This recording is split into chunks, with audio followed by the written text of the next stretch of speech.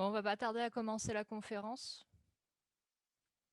Donc du coup, pour vous présenter rapidement, aujourd'hui on a Florine qui est étudiante à Angers et qui a été reçue. Il y a moi-même où je suis à Toulouse et Lucas qui est à Paris Descartes. Donc on va vous présenter un peu le concours, la méthodologie, l'organisation qu'on a pu tous avoir et ce sera aussi l'occasion que vous nous posiez toutes vos questions, que ce soit à l'écrit ou à l'oral.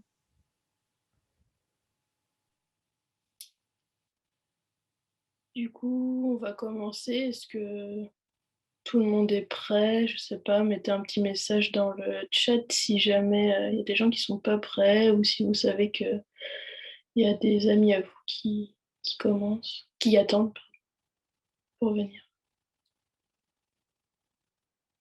J'attends 30 petites secondes et puis si j'ai pas de message, je vais commencer.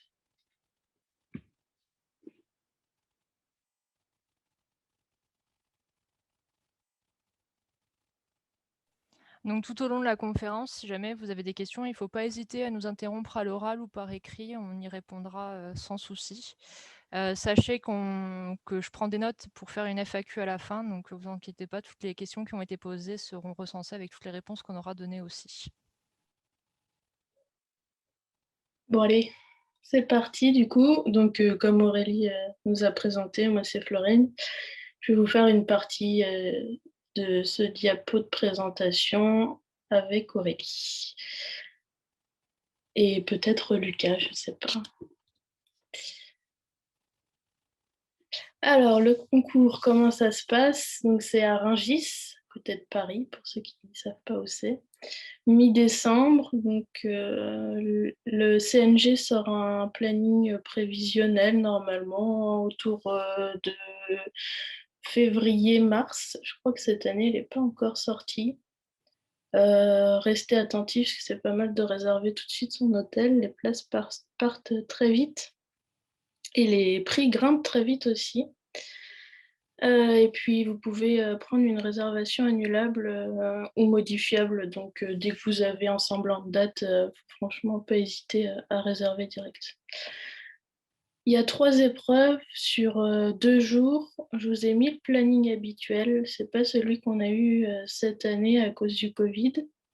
Habituellement, du coup, sur le premier jour, qui est souvent mardi après-midi, vous avez l'épreuve d'exercice de 2 heures et de QCM 1h30. Donc nous, ce qu'on a eu, c'est qu'on a eu les QCM le matin, une pause le midi et les exercices l'après-midi. Voilà, je ne sais pas comment ce sera cette année, ça dépend un petit peu de l'évolution de la crise, je pense. Et puis, si les organisateurs ont trouvé ça mieux pour eux ou pas, vous verrez bien. Et les dossiers du coup de cas cliniques le lendemain matin pendant 3 heures et après c'est fini. La note finale est sur 620. Je vous ai mis quelques exemples de moyennes. Laurine, est-ce que tu peux voir pour mettre ton diapo en plein écran? Parce qu'il n'est pas en plein écran. Non. Mince. Est-ce que c'est bon? Ouais. Bon, du coup, je vois plus le chat, donc Aurélie, tu me dis s'il y a des questions. Oui, t'en fais pas. Du coup, ce que je disais, c'est que je vous ai mis quelques exemples de moyennes de reçus de cette année. Donc, c'est des gens qui étaient sur le Discord, hein, qui ont mis les notes. Pour ceux qui ne sont pas habitués, il y a pas mal de personnes qui ont mis toutes leurs notes sur le serveur notes, du coup, pour aller faire un petit tour. Euh, j'ai pas eu de notes, du coup, de dernier prix, par exemple, pour avoir une meilleure idée, mais en tout cas, ça vous donne une petite idée déjà de ce qu'il faut avoir. Et après, je sais pas si c'est à peu près la même chose sur toutes les années ou pas. Je pense que si. Le dernier prix est 517e et il y a une liste complémentaire de 100 places. Donc il y a toujours des gens qui se désistent tous les ans parce que soit ils sont dans les derniers prix, soit ils n'ont pas eu bio et ils voulaient uniquement bio.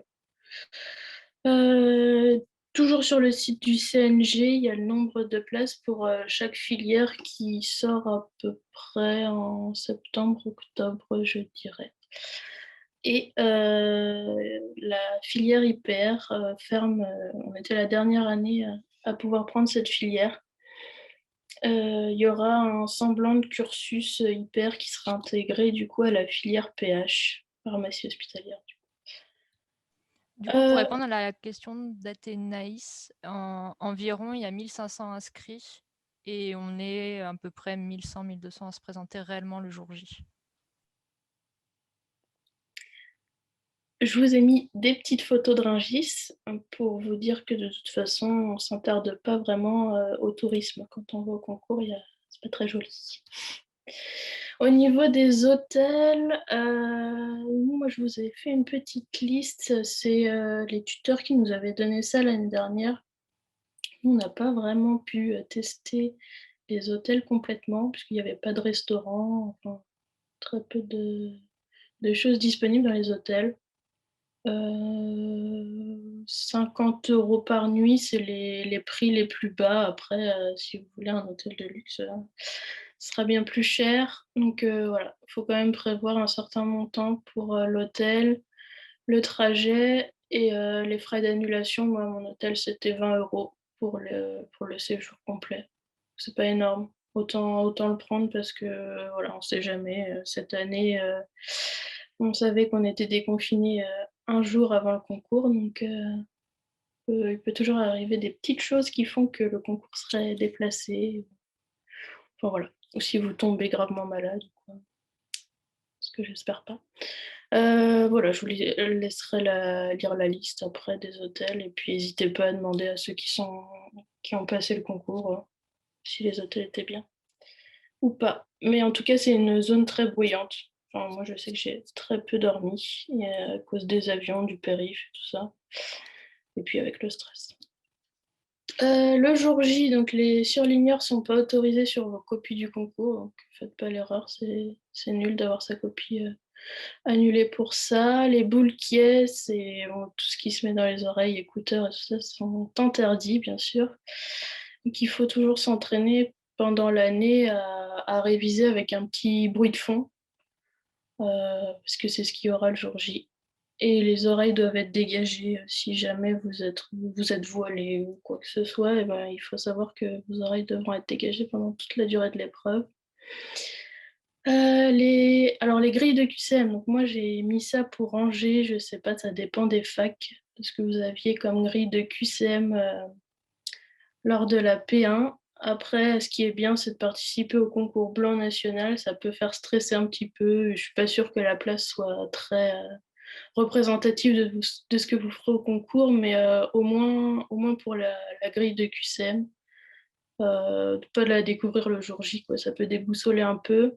Il y a 2 lignes pour chaque QCM et si on remplit la deuxième ligne, c'est la deuxième qui compte. Voilà, faites attention à ce que vous mangez pour pas être malade. Au niveau du programme, donc il y a 179 items répartis en 5 sections. La section 1, c'est les cours de base pour les exos. Après, ça dépend de votre niveau en exo et des cours que vous avez déjà eus à la fac. C'est pas très utile, disons qu'il faut quand même connaître par cœur parce que sinon vous n'êtes pas capable de faire les exos. Mais si vous êtes déjà capable de faire les exos, c'est que normalement le cours est su. Donc voilà, pas s'attarder, mais toutes les formules sont à apprendre par cœur. Je pense que ça vous devez le savoir déjà. Section 2, c'est tout ce qui est physiologie. C'est utile pour quelques QCM. Et après, c'est énormément de cours, énormément de contenu. Pour info, moi j'ai fait le tour 2 fois de la section 2 en lisant uniquement. Je n'ai pas appris par cœur. Après, vous verrez du coup avec les autres tuteurs qui sont là, ils vont vous dire un petit peu comment ils ont révisé cette année. Mais ouais, moi j'ai pas appris par cœur. J'ai juste lu 2 ou 3 fois certaines parties de cette section. Section 3, santé publique droit. Du coup, pour info, cette année, il y a eu un seul QCM de santé publique droit, donc c'est pas énorme. Et après, il y a la toxico à savoir par cœur. Pareil pour cette question, santé publique droit, j'ai lu une fois. Et puis, bah, toxico, par contre, j'ai revu. Et les sections les plus importantes, 4 et 5. Donc 4, c'est tous les sujets de dossiers cliniques qui peuvent tomber et section 5, tous les médicaments. Moi, l'année dernière, on m'avait dit que section 4, il y avait quand même des items un peu farfelus qui sont très peu susceptibles de tomber. Je pense qu'avec ces dernières années, il ne faut pas trop se dire ça. Ils aiment bien taper dans les coins et faire tomber des sujets qui sont jamais tombés. Donc, moi, je vous conseille de ne pas faire d'impasse. Et je pense que c'est aussi ce qui est ressorti de beaucoup de témoignages. Donc, je pense que c'est une bonne idée. On n'a pas d'ouvrage de référence comme les médecines, par exemple, qu'ont leur collège. Donc voilà, il faut aller piocher des infos un peu partout, faire attention aux bouquins de WEC qui sont écrits par des internes et pas par des grands pontes de la spécialité. Donc il y a des coquilles. Euh, je vais revenir aussi sur tous les sites, du coup, qui sont utiles aux révisions. Donc voilà, section 4 et 5 à savoir par cœur, par cœur. Donc du coup, on va vous présenter rapidement les 3 grandes épreuves. Donc on a une épreuve de QCM qui est notée sur 120 points qui dure 1 h 30. Donc c'est 60 QCM qui vont porter sur l'intégralité du programme. Donc beaucoup de questions sur la section 4, mais on en retrouve aussi sur la section 2 et 1. Donc l'objectif, c'est d'essayer de viser au moins le 80 sur 120 parce que vous verrez dans les diverses notes qui avaient été mises sur le Discord que c'est plus ou moins la moyenne que des reçus. Donc pour bien réussir les QCM, je conseille surtout de bien connaître déjà les cours avant tout, mais surtout de faire et de refaire les annales. Parce que par exemple, cette année, les QCM qui sont tombés étaient des QCM qui étaient déjà retombés en annales, plus ou moins. Donc il n'y avait pas de grande surprise. À part le fait qu'il y ait eu plus de 5 QCM de génétique, et ça, c'était un peu bizarre. Donc pour vous entraîner sur les annales, il y a plusieurs solutions. Soit vous utilisez le site du CNCI qui répertorie les annales de 2009 à 2021. Donc vous les imprimez et vous les faites. Soit dans ce cas, vous pouvez aussi utiliser des sites qui comportent des corrections et des commentaires. Donc c'est le cas par exemple du projet d'e-pharma où on a plusieurs le site d'e-pharma où en fait vous pouvez faire les QCM via une tablette ou le PC et quand vous les corrigez, on vous propose une correction détaillée qui n'est pas officielle, mais ça permet au moins d'éviter d'aller fouiller dans les cours à chaque fois.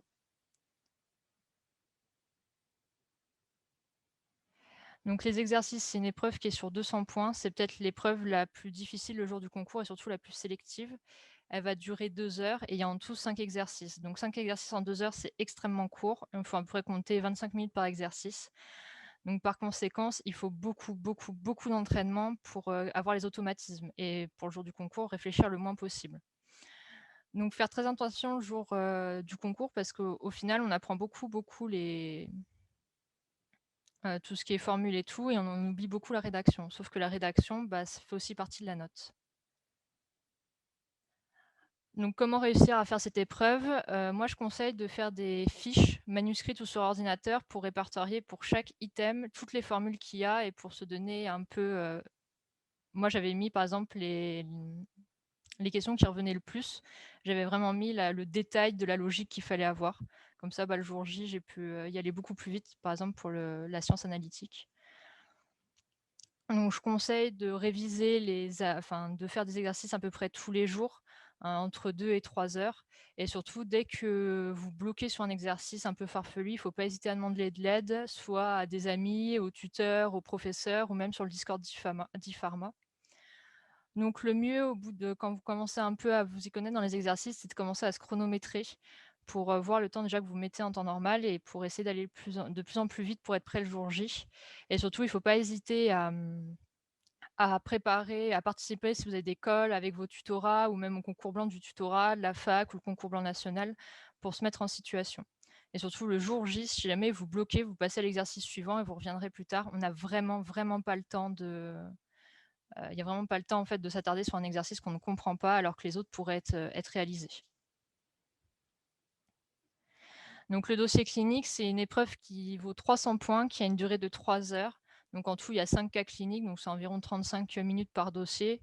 Il y a des dossiers qui sont plus longs que d'autres, donc ça peut varier. Donc cette fois-ci, c'est une notation surtout par les mots-clés. Donc, il ne faut pas hésiter, si jamais vous faites vos fiches personnelles, de mettre pour chaque item, bien mettre en valeur les mots-clés de l'item et pas se faire des longues phrases ou des longs paragraphes comme on peut voir sur certaines fiches qui sont vendues sur internet. Parce que du coup, ça noie un peu le poisson et le jour J, vous n'allez pas vous en sortir pour ressortir les bons mots-clés. Donc pour réussir cette épreuve, ce que je conseille, c'est de voir et de revoir les cours et de ne pas hésiter à s'entraîner en fait à recracher les mots-clés pour chaque sujet. Donc soit vous le faites en prenant une feuille blanche, vous prenez l'item, vous mettez tous les mots-clés qui vous revient l'idée. Soit vous pouvez voir pour utiliser les fiches Anki. Donc c'est un logiciel qui est entièrement gratuit, qui peut être téléchargé sur le téléphone portable, sur les tablettes ou même sur l'ordinateur, ou qui peut être utilisé directement dans le navigateur web. Donc en fait, vous pouvez créer vos petites fiches et ça vous permet de vous entraîner partout. Et en plus, c'est du recto verso. Donc comme ça, il n'y a pas besoin d'avoir le cours à côté de soi quand on s'entraîne. Donc pareil, là, se chronométrer aussi quand on fait les annales, je trouve ça assez intéressant de voir le temps qu'on peut mettre et d'essayer quand vous faites les annales la première fois de vraiment bien rédiger et pas de juste le faire rapidement. Pareil, participer à tout ce qui est école de vos facs, de vos tutorats, au concours blanc national, ça permet d'acquérir une très bonne méthodologie pour la rédaction.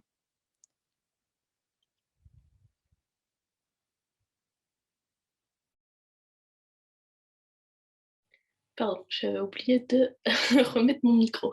Donc tout ce qui va suivre, c'est, mon organisation à moi. Comme a dit Aurélie, j'étais étudiante à Angers. À Angers, en P4, si on choisit la filière internat, au final, on est obligé de valider la P4 officine. Ce qui fait qu'en fait, jusqu'à juin, eh ben, on est dans le cursus officine et avec les cours obligatoires, présence obligatoire, et les partiels à valider obligatoirement.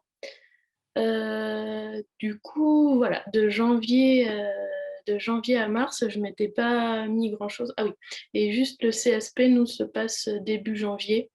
Je m'étais dit en début de P4 que je bossais le CSP à fond et que je mettais pas le nez dans le concours encore et que je voulais absolument valider mon CSP pour pas avoir à le retaper en plus des partiels officines.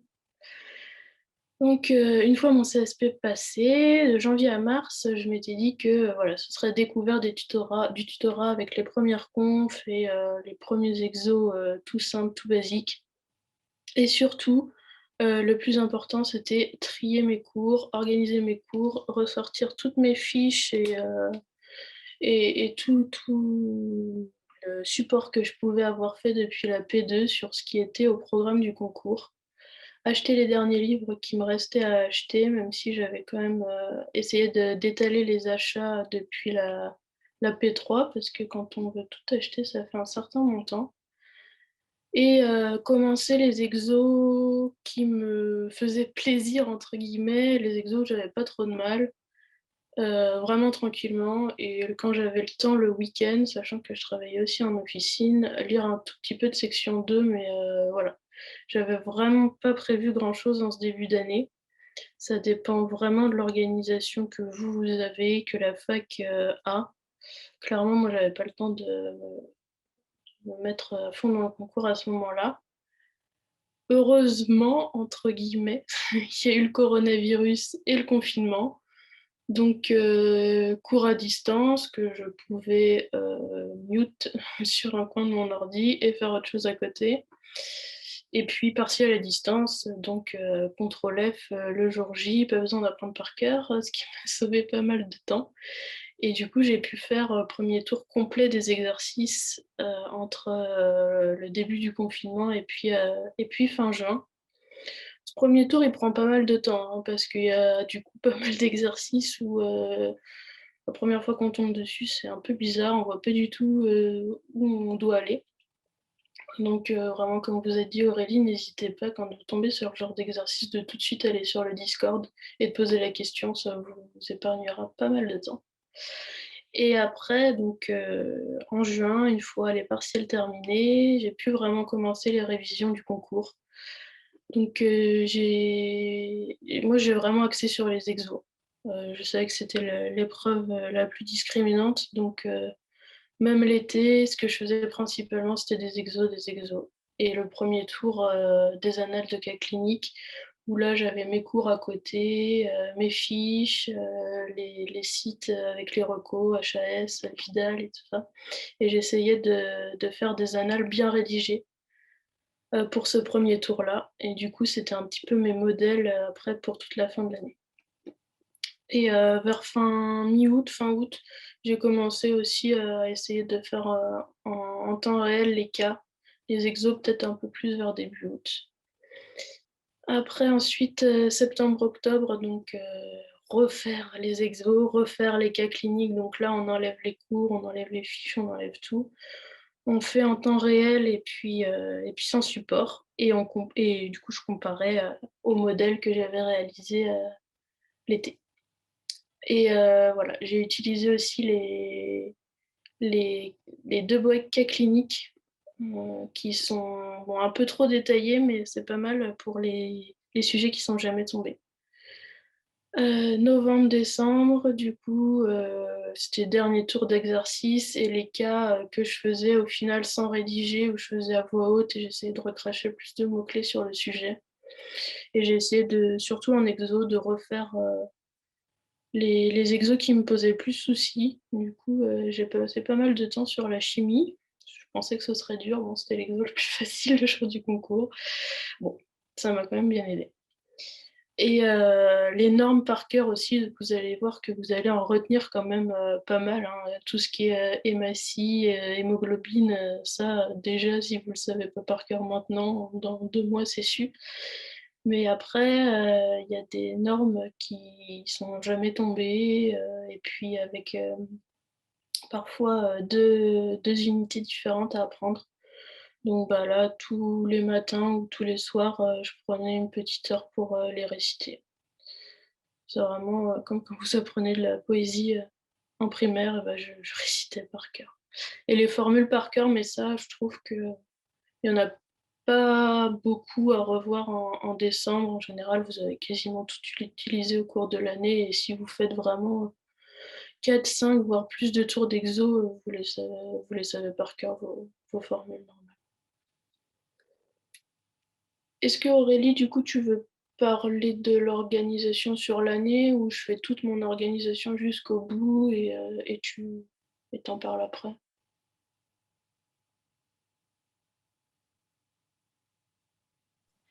Donc du coup, attends, juste avant, Manon avait une question pour toi. Est-ce que Ah tu ouais. faisais tous les exos des annales en boucle ou est-ce que tu en faisais d'autres aussi? Non, j'en ai fait un petit peu d'autres, notamment en radio A, parce qu'il n'y en a pas beaucoup, il n'y a pas beaucoup d'annales. Après, c'était des exos qui avaient été donnés par le prof de ma fac, que j'ai dû faire peut-être 2, 3 fois aussi. Après, pour les annales, par exemple, de chimie, où il y a déjà énormément de sujets, j'ai pas eu le temps d'aller chercher ailleurs. Mais je pense que c'est quand même une bonne idée, vu les sujets qui tombent ces dernières années. Voilà. Aurélie vous dira comment elle a fait. Moi, je pense que si j'avais eu plus de temps, oui, j'aurais été voir plus ailleurs. J'ai pas eu trop le temps, mais si vous avez le temps, faites-le. Et du coup, question de Laurine, les QCM, tu les as pas trop bossés du coup? Ah oui, c'est vrai que j'ai pas vraiment mis les QCM dans mon organisation. Ben, en effet, les QCM, je les ai pas énormément bossés. Après, il y a quand même un petit peu. J'ai commencé à faire quelques petites annales là vers janvier, février, quand je prenais le train du coup pour les week-ends pour aller bosser en officine. J'avais du coup 40 minutes de train et je faisais une annale de QCM en 40 minutes. À cette époque-là, j'avais à peu près 60 sur 120. Et, et du coup, je trouvais ça pas mal. Du coup, j'ai un peu, c'est vrai, délaissé les QCM. J'en ai refait un petit peu l'été. Euh, du coup, on vous en reparlera plus tard, mais grâce à certaines applis ou sites qui vous permettent de trier par sujet. Donc, quand je voyais un sujet, je faisais quelques QCM derrière. C'est pas mal, je trouve, pour voir si, pour se tester en fait. Si on a retenu quelque chose ou si on a fait peut-être 2, 3 heures de révision pour rien. Bon, ça arrive rarement, mais Et voilà. Et puis après, ben, je pense que c'est vers la fin de l'été que j'ai découvert ePharma. Et que, du coup, j'étais bêta-testeuse. J'ai essayé de faire. On vous reparlera de tout ça aussi. Ça va peut-être pas être très clair à ce moment-là, mais j'essayais de faire le petit concours blanc toutes les semaines. Ça m'est arrivé de pas avoir le temps. Donc je faisais au moins ça. Et puis, de temps en temps, le soir, quand j'avais le temps et que j'étais pas trop fatiguée, je faisais une annale de QCM. Voilà. Donc du coup, Lucas, est-ce que tu veux parler de ton organisation? Alors, vous m'entendez du coup? Oui, Ouais. nickel. Parfait. Alors, moi, j'étais à Paris, Descartes. Concernant mon rythme de travail, j'étais adepte du 3x8. Donc, c'est 8 heures de travail, 8 heures de pause et 8 heures de dodo. À peu près, hein. Ça peut être 6, 7 heures de travail, 7 heures d'un côté, etc. Mais dans les grandes lignes, c'était ça. Donc, moi, ma préparation, elle s'est divisée en deux grandes parties. Donc, il y avait avant les grandes vacances et après les grandes vacances. Donc, avant les grandes vacances, généralement, je me levais vers 8h30 et je commençais à travailler à 9h. Entre 9h et midi, j'apprenais des cours. Donc, comme Florine disait, elle travaillait par section. Moi, je disais, bon, tiens, aujourd'hui, j'ai envie de faire de l'hémato, tiens, j'ai envie de faire de l'immuno. C'était un petit peu comme j'avais envie de procéder, un peu comme mon envie. Je me disais, genre, il y a le temps, de toute façon, je vais tout faire, etc. Donc après, je me prenais 2 heures de pause pour manger et je reprenais à 14 heures et je faisais 2 heures d'exercice. Donc de 14 heures à 16 heures. Donc j'ai commencé tout de suite à faire des annales et je me suis forcé à faire ça en 2 heures, tout de suite. Comme ça permet tout de suite de prendre l'habitude d'aller vite en fait, de réfléchir vite et puis si on ne sait pas, bah tant pis, on passe à une autre question et puis on reviendra sur la question si on a le temps ou pas. Ensuite, je me prenais 1 heure de pause. Et à 17 heures, je recommençais à travailler. Et là, je relisais les cours que j'avais fait la veille, jusqu'à peu près 19 heures. Et c'est en réalisant les cours qu'on a appris avec qu'on se rend compte que finalement, on a quand même retenu pas mal de choses. Ensuite, je faisais une pause, donc de 19 heures à 21 heures, où je mangeais, je me reposais un petit peu, etc. Et à 21 heures, entre 21 heures et 22 heures, je me faisais une analyse de QCM. Donc au début, j'allais jusqu'à 22h30, mais les QCM, ça se finit généralement assez vite. Et quand on fait les annales, ça peut souvent, enfin, moi, au bout d'un moment, avec l'habitude, je finissais les QCM au bout de 20 minutes à peu près. Alors qu'au concours, il y a à peu près, je crois, 1h30, c'est ça. Ouais, c'est ça. Ouais, c'est ça. Et ensuite, vers 22h30, j'allais me coucher. Après m'avoir regardé un épisode de série ou autre. Donc tout ça, c'était avant les vacances. Donc je faisais beaucoup de cours. Je faisais cours, exercices, QCM, et toujours pas de cas clinique. Après, vers la mi-juillet, je me suis pris 2 semaines de vacances. Et après les grandes vacances, je faisais exactement le même schéma. Donc 8h30 levé, 9h midi, je faisais des annales de cas cliniques. Notamment, enfin, c'était pas vraiment des annales, c'était plus sur les cas cliniques de Buck, donc les livres de cas cliniques qui sont rédigés par des internes, mais qui ont été relus et re-relus par des professeurs. Donc il reste des coquilles, mais ça va, c'est correct. Après, de 14 heures à 16 heures, je faisais des exercices, donc en anal toujours. De 17 à 19 heures, je corrigeais mes cas cliniques, puisqu'on se rend compte en les faisant qu'il manque beaucoup de choses à chaque fois, notamment, si je peux donner un exemple, les médicaments. Quand on demande, par exemple, il y a des questions, c'est à quoi sert tel médicament. Donc, on marque à quoi sert le médicament, sauf que non, non. Faut mettre, faut tout mettre. Faut les propriétés, les effets secondaires, les interactions médicamenteuses, les modes de prise, l'indication thérapeutique, etc. Et ça demande un certain temps d'adaptation. Ensuite, entre 21h et 22h, je faisais, comme d'habitude, des QCM, et puis je me couchais à 22h30. Donc, au début, le mercredi et le week-end, je faisais pas de QCM le soir. Ouais, je préfère me reposer un petit peu. Et le week-end, au lieu de me lever à 8h30, je me levais à 9h30. Puisque le plus important, c'est de dormir. Parce que on apprend en dormant, plus qu'en étant éveillé. Et il y a un truc qui est très important aussi, c'est qu'il faut se garder des moments de pause. Parce que ça sert à rien de travailler quand on n'en peut plus, en fait. Quand on sent qu'il y a un coup de mou, etc. Vaut mieux se prendre une journée de pause et repartir sur des meilleures bases le jour d'après. Voilà. Puis sinon, j'ai pas grand-chose d'autre à dire. Faut apprendre. Voilà. C'est révision, révision, révision. Ne pas négliger les QCM, parce que cette année, c'est un petit peu ce qui a fait la différence. Quand il y a des gens qui disaient que les QCM étaient compliqués, c'est notre année. Sauf que si on avait bossé les QCM en année, c'était tranquillement en fait. C'était vrai, comme j'avais dit tout à l'heure, cette année, il y avait 9 QCM qui étaient déjà tombés tels quels, mot pour mot. Donc, il y avait déjà quasiment un sixième de l'épreuve, si on avait fait les annales qu'on connaissait. Les exercices, c'est de la rapidité. Voilà. Alors, au début, si on n'arrive pas à faire tous les exercices en 2 heures, c'est normal.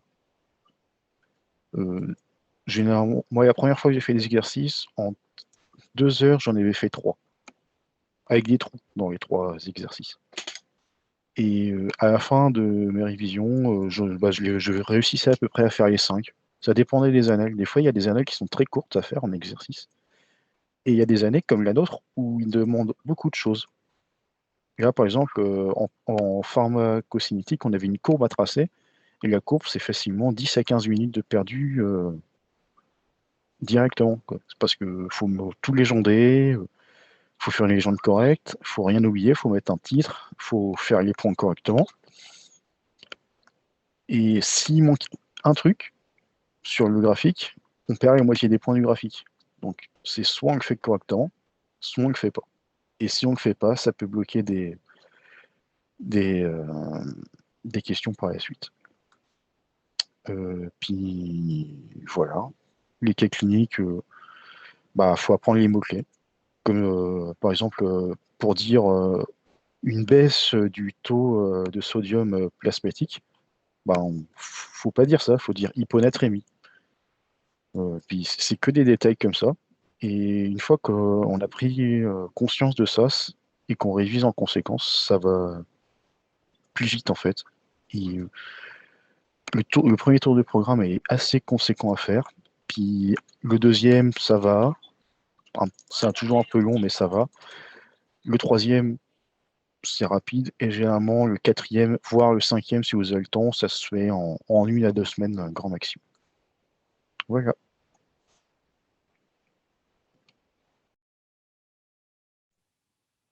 Du coup, Qu'est-ce que Aurélie, tu penses Attends, parce que du coup, il y a une question de Manon, de qu'est-ce que tu penses des POI CP, du Alors, CIPI? le CIPL, donc c'est la conférence internat Paris-Luxembourg.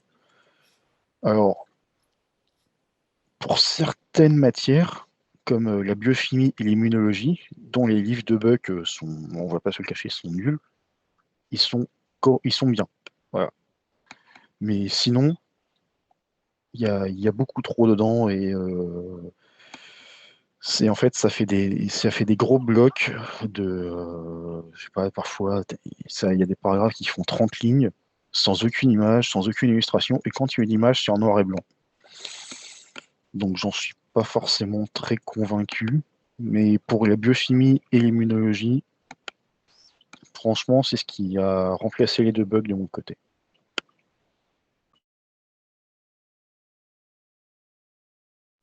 Donc du coup, je vais parler rapidement de mon organisation. Donc moi, j'étais à Toulouse. Il faut savoir que quand j'ai passé le concours, je redoublais ma 4e année. Donc je m'étais déjà débarrassée de quasiment toutes les matières et du CSP.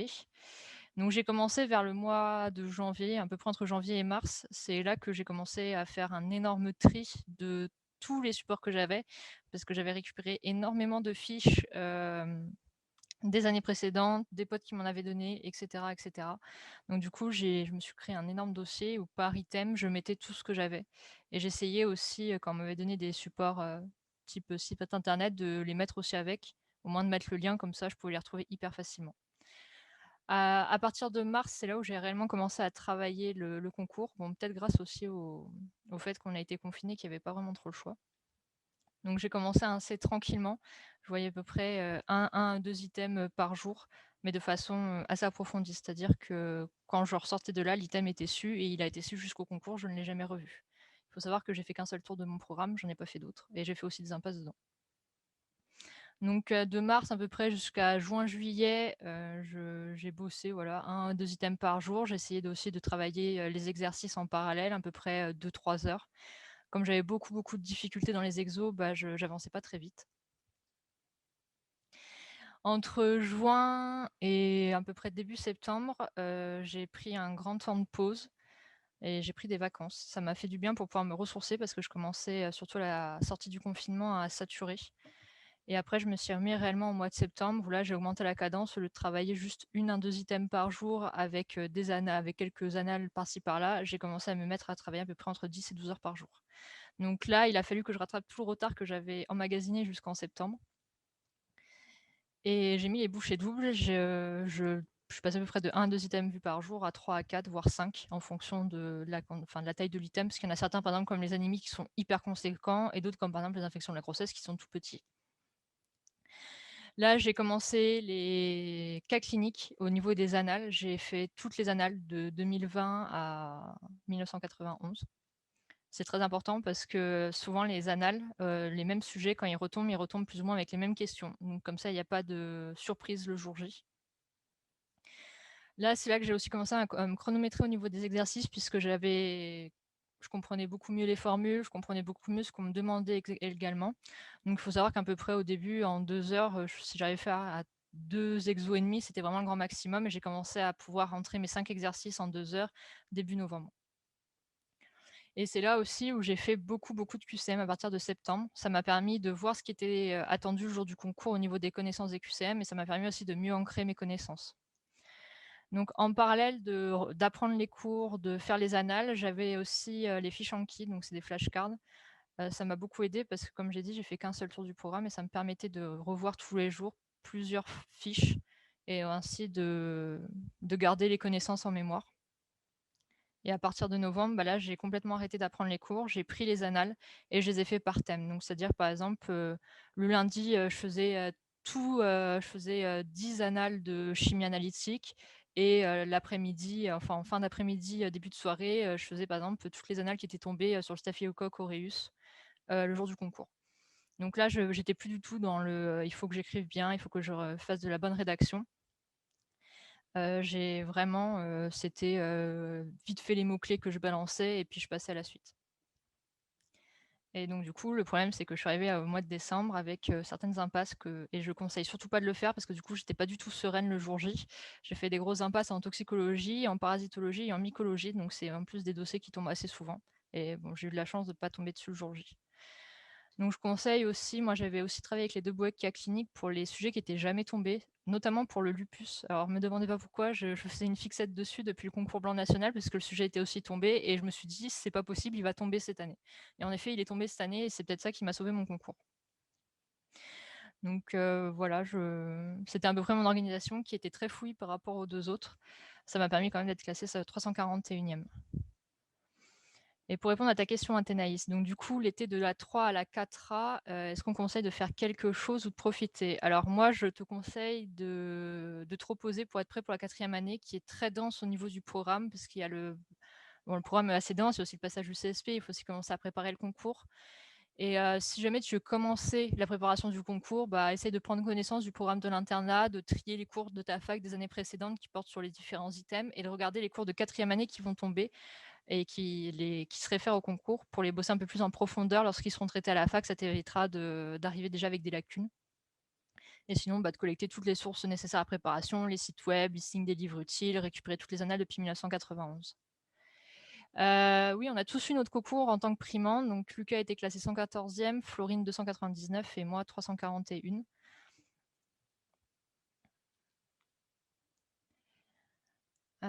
Comment on accède aux annales par thème? Vous les avez classés vous-même. Alors, en fait, il y a des synopsis qui traînent un peu partout sur le web.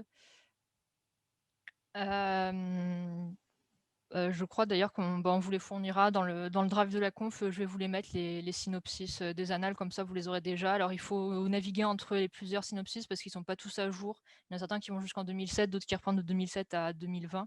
Donc voilà, on va vous les donner, ça sera plus simple.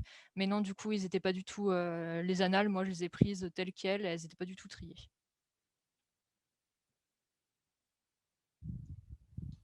Moi, pour revenir sur le tri des annales, je ne vais peut-être pas revenir sur. J'avais fait après mon organisation par journée. Je vais peut-être pas revenir, ça fait peut-être un peu lourd et un peu redondant parce que ça fait à peu près la même chose que Vika et Aurélie. Il y a juste une petite chose que moi je vous conseille peut-être de faire maintenant, vu qu'on est assez tôt dans l'année.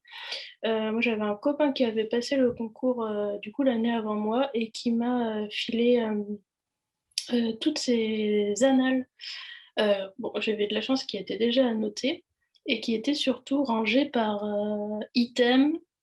Et en fait, à partir de décembre, je voyais toutes les annales d'un même sujet à la suite.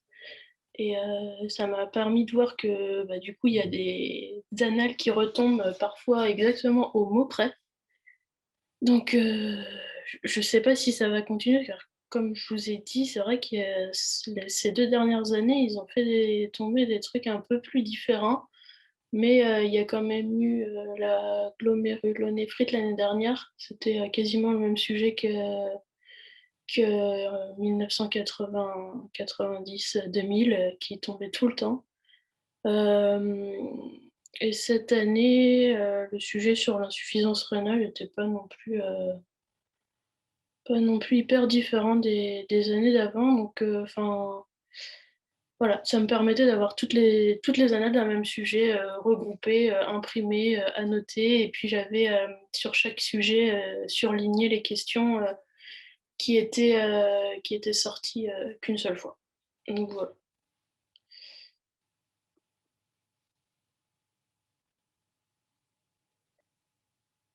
Du coup, ouais, pour revenir sur l'organisation, on vous a donné des idées, mais franchement, si vous trouvez une organisation qui vous convient et qui a rien à voir avec ce que nous on a fait, y a pas de souci, hein. Enfin, c'est hyper perso et ça dépend aussi beaucoup de votre façon de travailler, de votre façon d'apprendre.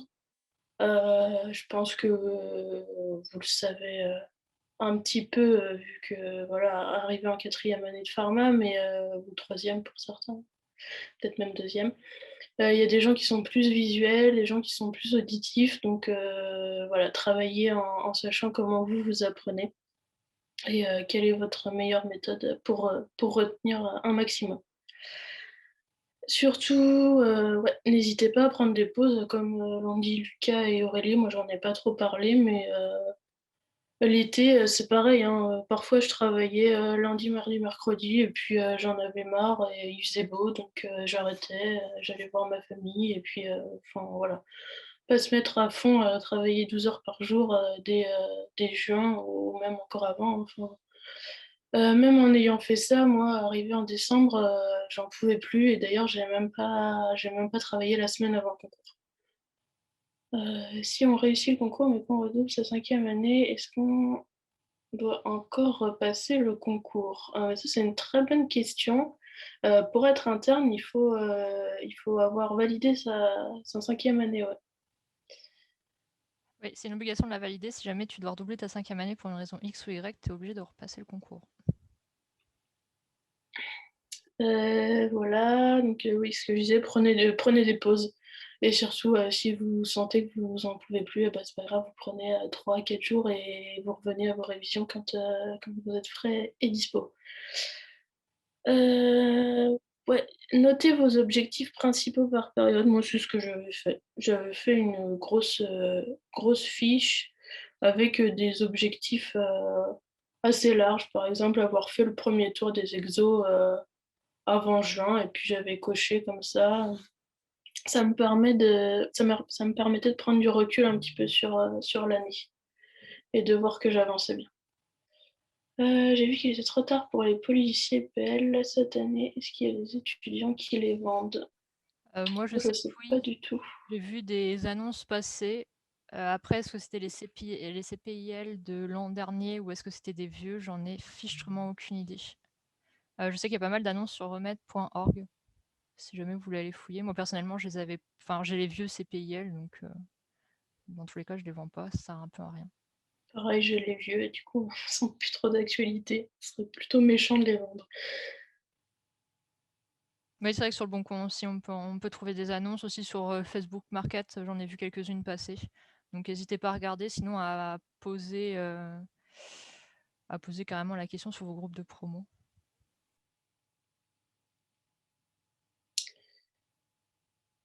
Voilà, donc ouais, essayez peut-être dans l'année de revenir aux exos que vous avez fait au tout début. Enfin, après, ça dépend des gens. Moi, je sais que j'avais pas super confiance en moi et j'avais l'impression que j'avançais pas du tout.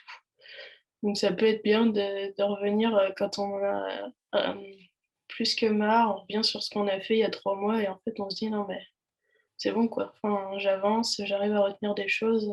Parce que quand on est tout le temps la tête dedans, parfois on voit plus très clair sur ce qu'on est capable de faire. Vous aviez un bon tutorat à votre fac. Et ben moi, normalement, il est pas trop mal. Sauf que bah, malheureusement, avec le confinement et la fermeture des facs, et ben, je sais pas trop ce qui s'est passé, si c'était compliqué pour eux ou quoi, mais ils ont eu du mal à organiser des confs à distance. Et du coup, on a eu très peu de confs. Tous les projets qui étaient prévus de faire des calls, de faire des petits concours blancs, soit locaux, soit régionaux, sont tombés à l'eau. Du coup, ouais, ça n'a pas été facile. Donc, j'espère que pour vous, ce sera mieux cette année. Bah, nous, à Toulouse, alors le tutorat de cette année, je ne peux pas juger parce que je n'en fais pas partie. Mais les années précédentes, il était plutôt pas mauvais, à part l'an dernier. Mais bon, je pense que c'est aussi à cause du Covid que bah, ils se sont retrouvés un peu à court et qu'ils savaient plus trop comment faire parce que la fac s'est retrouvée fermée et certains tuteurs en plus n'étaient pas sur Facebook, donc c'était hyper compliqué niveau organisation. Mais sinon, en temps normal, à Toulouse, le tutorat est plutôt bon. Donc, de toute façon, c'est ce que je conseille, de suivre le tutorat. Bah, vous pouvez suivre celui-là et suivre en même temps celui de votre fac. Et de toute façon, vous le jugez et vous voyez par vous-même si vous le trouvez bon ou pas. C'est assez personnel après comme avis.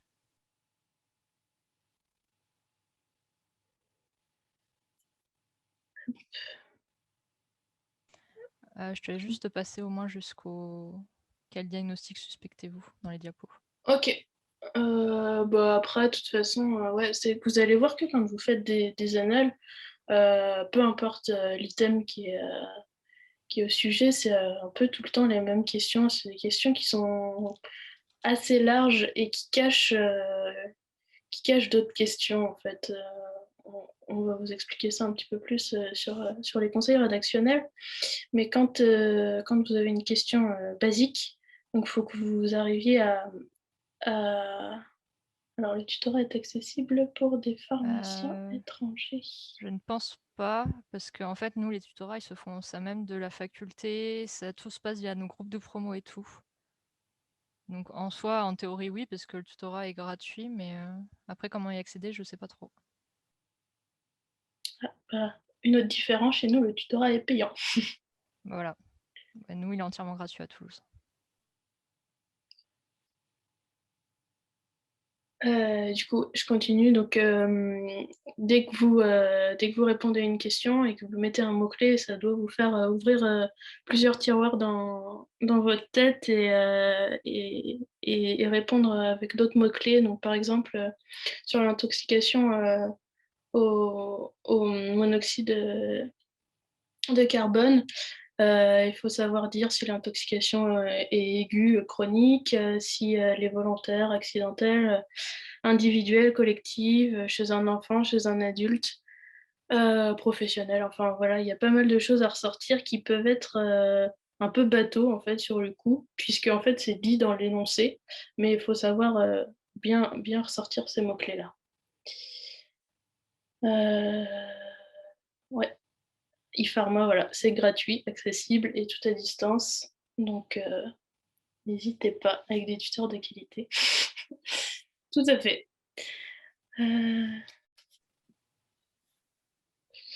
alors ça, c'est un petit exemple. Je suis désolée, c'est pas en super, super bonne qualité. J'ai repris ça du coup d'une, conf méthodo que j'avais eue l'année dernière. La question sur les émocs, elle est pas tombée ces dernières années, je crois, mais elle est vraiment, vraiment typique. Et donc là, vous avez en rouge, tous les mots-clés les plus importants, sachant que ce qui est en noir reste aussi du mot-clé. Donc ça vous donne un exemple. La question, ça peut être, quel examen est à réaliser? Bah, si la réponse est les hémocultures et bah, il faut savoir ressortir, tout ce qu'il y a en rouge.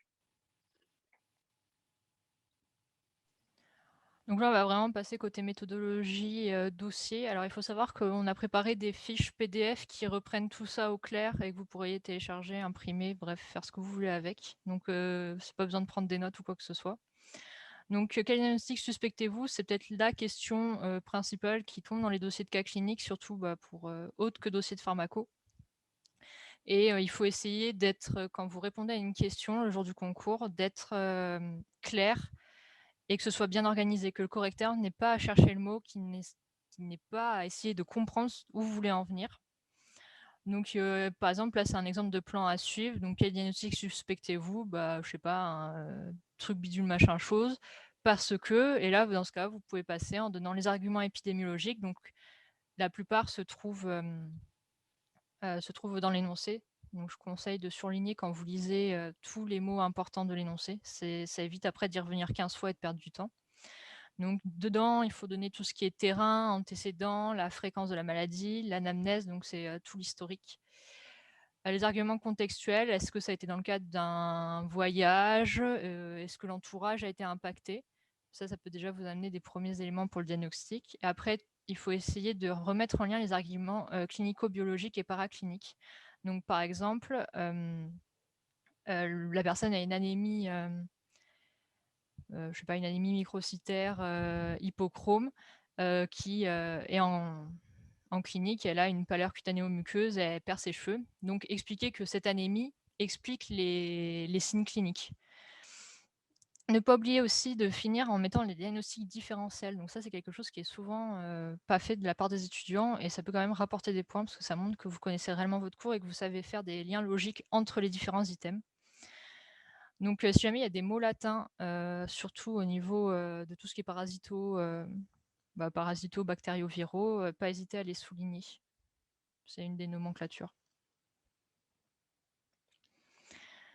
Donc au niveau du diagnostic biologique, la question hors dossier de pharmaco tombe très régulièrement. Donc soit elle est demandée, c'est souvent la première question, soit si elle n'est pas demandée, il faut quand même le faire, mais dans la question quel diagnostic suspectez-vous? Donc surtout, faites bien attention de bien avoir identifié le sexe du patient parce que certaines valeurs que vous allez apprendre sont en fonction du sexe et si jamais vous ne mettez pas la bonne valeur, bah, vous n'avez pas les points. Donc je conseille plus de faire un tableau comme vous pouvez voir. Ça permet pour le correcteur que ce soit lisible, que ce soit facile à comprendre et même pour vous, au moins, vous vous y perdez pas. Donc dès que vous utilisez des abréviations, il faut le mettre sur votre copie. Donc la flèche pour le bas pour dire diminuer, N pour normal, et cetera, et cetera. Bref, toutes les abréviations que vous pouvez mettre sur vos copies, il faut toujours les mettre. Donc un paramètre modifié, c'est un mot-clé dans la colonne des conclusions.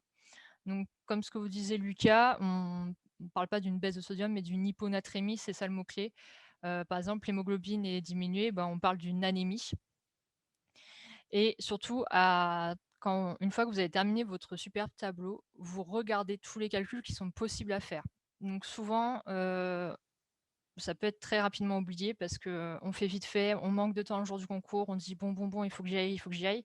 Sauf que si vous oubliez par exemple les constantes érythrocytaires pour l'anémie, vous ne pouvez pas dire si elle est hypochrome, normochrome, macrocytaire, etc. Il faut aussi penser à calculer tout ce qui est clairance rénale selon Crocroft quand c'est possible, IMC. Il faut faire attention aussi aux calculs un peu cachés, par exemple pour tout ce qui est calcémie corrigée, parce que la buminémie a diminué, mais il faut penser justement à bien regarder et à bien faire le calcul. et à remettre aussi du coup dans le tableau, est-ce que c'est augmenté, diminué ou est-ce qu'au final c'est normal. Et ce que je conseille surtout à la fin du tableau biologique, quand vous avez tout fini, c'est de voir pour faire une rapide conclusion si vous avez le temps pour remettre au correcteur toutes les informations importantes qui sortent du tableau et pour essayer de faire des liens logiques entre elles. Par exemple, si vous avez regardé pour l'anémie, vous avez calculé constante érythrocytaire, à remettre anémie, par exemple hypochrome, microcytaire, A régénérative. Comme ça, le correcteur a tout en main et puis ça peut aller encore plus vite pour corriger la copie. Donc quelques erreurs bêtes qu'on peut retrouver dans les dossiers, donc c'est de prendre les valeurs du sexe opposé, comme je disais, de donner des valeurs sans unité ou se tromper d'unité. Donc c'est pour ça que quand vous apprenez les valeurs normales, donc le PDF est sur le site du CNCI, vous les apprenez surtout avec les unités, sinon ça ne sert à rien. D'oublier aussi de répondre à une partie de la question ou d'y répondre dans une autre question. Donc souvent, on peut se précipiter quand on va répondre au sujet parce qu'on sait que le temps va filer vite, on sait que ça peut être très long. Mais surtout, lisez bien l'intégralité du sujet avant de vous lancer. Parce que si par exemple, on vous demande la physiopathe de la pathologie et que vous avez répondu dans la question 2 quand vous avez donné le diagnostic, vous n'avez pas les points. Et en plus de ça, vous perdez du temps parce que vous allez devoir le réécrire dans la question suivante. Et ne pas oublier aussi de répondre par oui ou par non quand les questions s'y prêtent. Par exemple, existe-t-il un traitement curatif pour telle pathologie? Oui, il en existe un et le donner, ou non, il n'en existe pas. Et par exemple, peut dire, par contre, il existe un traitement symptomatique pour. Donc vous inquiétez pas, tout ce type d'erreur, je pense qu'on tombe à peu près tous dedans, surtout au tout début des entraînements, mais avec le temps, ça disparaît assez rapidement, surtout si on y fait attention. Et oui, comme dit Lucas, oui et non, c'est aussi également des mots-clés pour les grilles.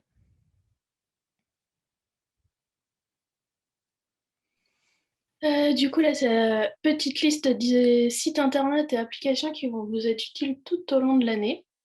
Donc le site du CNG qui va être utile pour, comme je vous ai dit au départ, avoir les dates de concours, avoir le planning aussi du concours, comment vont être organisées les épreuves. Vous avez aussi, du coup, vous pouvez suivre le CNG sur Facebook. Bon, on ne met pas toujours toutes les infos, mais parfois ils en mettent. Remède.org et puis le nombre de places aussi par filière. Remède.org, donc vous avez le forum, témoignages de personnes qui ont été admis depuis quelques années, les concours blancs d'autres facs aussi et quelques bonnes copies. Pour les bonnes copies, je pense qu'on va être plusieurs tuteurs à demander nos copies si c'est pas déjà fait. Donc je pense qu'il y en aura de mise, je sais pas où, le Redivo. Sur le Discord, on va les poster. Quelques-uns les ont demandé, ils m'ont dit qu'ils nous les passeront pour que vous puissiez y accéder. Donc dedans, il y a par exemple Charlotte qui a été classée 19e. Voilà. Donc c'est vraiment, enfin moi ça m'a vraiment aidé de voir des bonnes copies.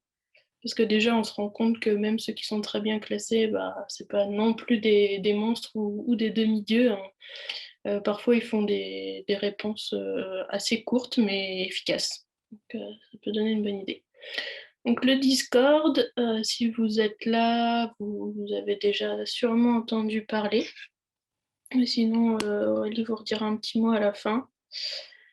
Donc, vous avez accès à la BU virtuelle, qui est vraiment pratique pour se motiver, surtout en ce moment. Je ne sais pas comment sont ouvertes vos BU. Ici à Angers, elle a été fermée pas mal de temps, et en plus, on a une BU conjointe avec tout ce qui est droit et éco et tout ça. On n'a jamais assez de place, et en plus, avec le Covid maintenant, le nombre de places est réduit de moitié. Donc en fait, c'est impossible d'aller à la BU. Je crois qu'on est limité à 4-5 heures par semaine. Donc, clairement, c'est pas assez si on veut vraiment passer. Donc sur le Discord, vous avez des étudiants de la France entière et puis maintenant des admis de la France entière. Donc faut vraiment pas hésiter. Et vos profs aussi, hein. Ça dépend des facs. Après, je sais pas comment ils sont dispo et à quelle vitesse ils répondent. Mais en général, les profs sont assez dispo pour répondre aux questions des gens qui passent l'internat. Et vous pouvez aussi avoir des profs qui sont soit correcteurs, soit qui rédigent des sujets dans votre fac.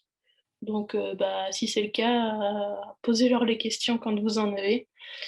C'est avec eux que vous aurez les meilleures réponses du monde. Là, je vous ai mis quelques sites. Moi, je les utilisais pas tous, mais il y en a quand même certains que j'utilisais pas mal sur tous les mathos. Parce que en Angers, les cours des mathos sont vraiment pas terribles. Donc ça m'a permis d'avoir un cours correct. Infectio, la MIP, c'est pas mal parce que c'est sous forme de petites fiches et du coup qui résument bien. Par contre, il faut faire attention parce que au moins sur certaines fiches, parfois les traitements sont pas à jour. Voilà. En général, ils mettent la date de quand la fiche a été revue. Donc si c'est 2019-2020, vous pouvez être quasi sûr que tous les traitements sont à jour. Par contre, si c'est 2016, là, retournez voir les recours.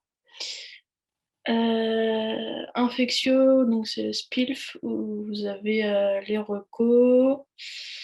Et puis, moi, ce qui m'a surtout servi, c'est Reco Médical. Donc, c'est un site où vous pouvez chercher par mots-clés les recos qui correspondent à ce que vous cherchez.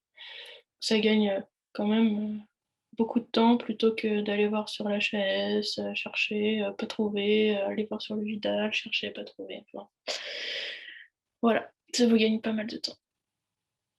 Niveau des QCM, il y a l'application CK, je sais pas vraiment comment ça se prononce, j'imagine comme ça, qui est pas mal, mais du coup plus mise à jour. Et puis moi, par exemple, j'ai changé de téléphone en novembre, et du coup, sur les téléphones récents, on peut plus l'installer. J'étais un petit peu déçue parce que du coup, c'est cette appli que j'utilisais dans le train pour faire mes petites annales tranquillement. Voilà, ça vous permet en fait, vous faites toute votre annale et puis une fois que vous corrigez, vous avez soit l'item qui se met, enfin le QCM qui se met en vert, c'est que vous avez tout bon, jaune, vous avez une erreur, orange, deux erreurs et rouge, tout faux. Et après, du coup, vous modifiez votre réponse jusqu'à avoir tout vert, donc en même temps, vous êtes un peu obligé de réfléchir pour vous corriger et ça permet de retenir aussi les QCM où on n'a aucune idée, et à force de bidouiller toutes les réponses possibles, on finit par retenir. Site ePharma, je vais laisser Aurélie qui en parlera mieux que moi, et puis MedCheck qui fait un petit peu la même chose que l'application CK, comme l'application CK qui permet de trier les QCM par sujet et puis de se corriger et qui en plus donne une idée du pourcentage de réponses données par les autres utilisateurs. Ça peut être intéressant parfois quand il y a des items un peu ambigus. Voilà. Donc, pour vous parler rapidement d'ePharma, donc il faut savoir que je suis la fondatrice. Donc aussi, si j'ai fait beaucoup d'impasse sur le concours, c'est que je bossais en même temps sur le site et sur tout ce qu'il y avait à côté. Donc ePharma, en fait, l'idée est sortie pendant le confinement que on s'est dit avec d'autres personnes, mais c'est quand même hyper chiant. Les médecines, ils ont énormément de sites pour pouvoir s'entraîner, pour faire des plannings, etc., etc. Et nous, au final, on n'a quasiment rien. Donc du coup, l'idée a germé de créer un peu un site web en version couteau suisse de l'étudiant, donc c'est-à-dire avoir tout en un clic, donc pouvoir organiser ses révisions, avoir des fiches de cours ou alors des liens vers les grandes recommandations au même endroit, de pouvoir s'entraîner sur les QCM, donc c'est-à-dire les trier par matière, faire l'anal tel que, faire des petits concours blancs avec des classements pour se situer. Aussi avoir accès à toutes les annales du concours de 1991 jusqu'aux années les plus récentes, parce qu'en dehors de MedCheck, malheureusement, on ne les retrouve pas autre part. Et également d'avoir la possibilité d'avoir des flashcards pour pouvoir s'entraîner directement. Donc le site a vocation de rester entièrement gratuit pour tous les étudiants. Et on est toujours en cours de création, ça fait bientôt 1 an que le projet a été lancé. Donc il est accessible uniquement pour les bêta-testeurs et l'inscription se fera vers le courant de mai-juin à peu près. De toute façon, vous aurez toutes les informations sur la page Facebook et sur le Discord pour pouvoir vous inscrire. Donc je ne sais pas si vous avez des questions, que ce soit par rapport à l'organisation du concours, aux méthodologies, à e-pharma ou quoi que ce soit, n'hésitez pas à nous les poser. Oui, j'ai une question. Je me permets de prendre la parole comme ça, je ne sais pas si ça vous va. Ah oui, oui, vas-y, hein. Oui, en fait, ça serait par rapport à IPR. C'est officiel la fermeture des postes. Et si c'est officiel, est-ce que les postes d'IPR seront redispatchés vers PH ou bio? Ça, je vais laisser Florine y répondre, parce que c'est elle qui a Ouais, toutes les informations. toutes les informations, je sais pas trop. C'est officiel en tout cas de ce que les internes m'ont dit. La filière ferme. Définitivement, ils veulent refaire du coup un semblant de spé un petit peu style hyper au sein de PH. Après, je sais pas du tout comment ça va se passer. Si tu veux vraiment des infos là-dessus, moi j'ai un copain qui a hyper à Montpellier, donc c'est lui qui m'a dit que ça fermait du coup il y a quelques mois. Je peux me renseigner si tu veux. Et je sais pas du tout encore si s'ils ont prévu de redispatcher ces places-là dans les autres filières. Après, il faut savoir que IPR, c'était une vingtaine de places Oui, oui, sur ouais, les je sais. 500 personnes. Sinon, pas hésiter d'aller aussi sur le site, celui que je mets dans le chat, c'est le site des internes, où dedans, vous avez vraiment toutes les informations, quelles que soient les différentes filières, avec toutes les news qui tombent au fur et à mesure. Donc c'est pas mal si jamais vous voulez un peu voir ce qu'il y a après le concours. Ok, et j'avais d'autres questions par rapport aux abréviations. Je sais que les abréviations ne sont pas autorisées, mais est-ce qu'on peut utiliser une abréviation, l'expliciter et ensuite utiliser cette abréviation dans le corps du texte, par exemple dans les dossiers, etc. Si je mets AINS est égal, voilà, machin bidule anti-inflammatoire non stéroïdien, et qu'après j'utilise AINS, est-ce que ça passe ou pas? Bah, si tu l'as mis, si tu as explicité l'abréviation au moins une fois, oui. Mais après, il Ok. faut éviter de trop en mettre parce que ça peut être vite chiant pour le correcteur. Surtout qu'il faut savoir que ceux qui corrigent les cas cliniques ne sont pas forcément des personnes de la matière. Oui, ok. Donc, par exemple, pour la pharmaco, ça peut être par exemple quelqu'un qui fait de la tox ou qui fait de la chimiana qui va aller corriger ça, quoi. Ok. Ouais, et moi je rajouterais que si tu l'as explicité dans une question, je sais pas si ça vaut pour la question d'après. En général, moi les choses qui pouvaient revenir dans toute la copie, je les mettais en haut de la copie. Je sais pas si ça change grand-chose. Moi, je sais que je faisais pareil, je mettais tout en haut de la copie, toutes les abréviations que j'avais utilisées. Comme ça, au moins, le correcteur, si jamais il voulait aller les trouver, il savait où les chercher. Ouais. Ah, il y avait une autre question aussi, bêta-testeur, ça veut dire. En fait, c'est des gens qui vont tester une application, qui vont remonter les bugs, tous les problèmes qu'il pourrait y avoir, parce que une application, tant qu'elle n'est pas livrée, forcément, il y a des gros bugs qui peuvent apparaître. Et justement, sur la testant de façon classique, comme un utilisateur pourrait faire, qu'on peut les déceler. Donc c'est pour ça que les gens qui participent à la bêta d'e-pharma, souvent, des fois, l'application peut crash. Il ne faut pas nous en vouloir parce que c'était pas prévu et on ne l'avait pas vu. Donc c'est grâce à vous qu'on décèle ce genre de problème-là et qu'on les corrige. Donc là, par exemple, typiquement, Florine et Lucas étaient bêta-testeurs l'an dernier sur l'application. Il y a Athénaïs aussi qui te demande si on peut devenir bêta-testeur. Alors, comme j'ai dit, on ouvrira les inscriptions vers mai-juin. Il faut savoir que par contre, on réserve les places aux 4e et 5e années qui veulent absolument passer le concours cette année. Parce que comme on travaille que sur des serveurs gratuits, etc., on est vite limité. Et pour éviter en fait que le serveur sature et qu'il crache au bout de 2 secondes, on préfère prendre que 40 ou 50 personnes plutôt que d'ouvrir à tout le monde et que le site soit inutilisable. Ne vous en faites pas, on mettra toutes les informations au fur et à mesure sur le Discord et sur la page Facebook. Et Athénaïs, tu auras peut-être même la chance de découvrir le site entièrement fini pour ton année de préparation.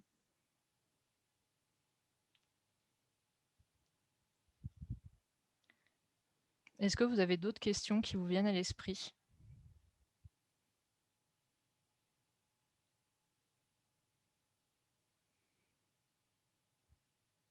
Sinon, du coup, pour conclure un peu cette première conférence, on vous a posté sur Discord le lien du Drive où vous retrouverez tous les documents. Donc dedans, il y aura le diaporama de Florine, mais j'ai également fait les 3 fiches méthodologie que vous pourrez retrouver dedans, donc pour la rédaction des dossiers et des exercices. Donc ce que je vous conseille, c'est de les imprimer, de les garder sur vous quand vous faites même pour les trucs de la fac, quand vous bossez, pour essayer de suivre les plans et pour que ça rentre le plus rapidement possible. Donc on reste toujours à disposition si jamais vous avez des questions, soit par message privé sur le Discord, soit par message privé sur le compte Facebook. Et je redispatcherai les questions après pour les tuteurs. Et sinon, directement sur le Discord aussi, hein. Vous pouvez les poser, plusieurs l'ont déjà fait.